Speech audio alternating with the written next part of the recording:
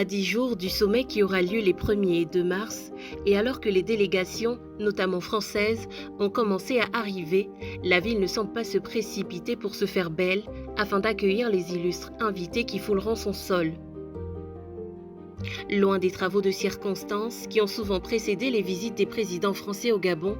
on se serait attendu à un ravalement de façade, notamment le renforcement des capacités de collecte des ordures dans l'ultra-centre, la réparation de ces laids blocs de béton qui empiètent sur la voie et sont source de nombreux accidents,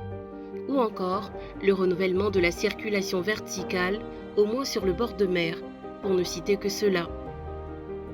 Au contraire, des bacs à ordures et des décharges à ciel ouvert continuent d'être le lot quotidien des habitants de la capitale, malgré les nombreux appels en direction des autorités en charge de la ville.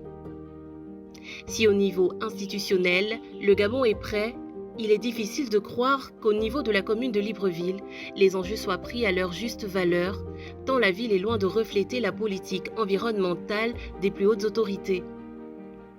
Libreville est sale, et nul besoin d'aller loin dans les terres, même les quartiers sanctuaires comme Battery 4, situés en front de mer, et le tout récent Akanda n'y échappe pas. Partout, l'incivisme semble avoir pris le dessus sur les politiques publiques en matière de salubrité. Un sommet, c'est aussi du tourisme, de la culture, de la découverte.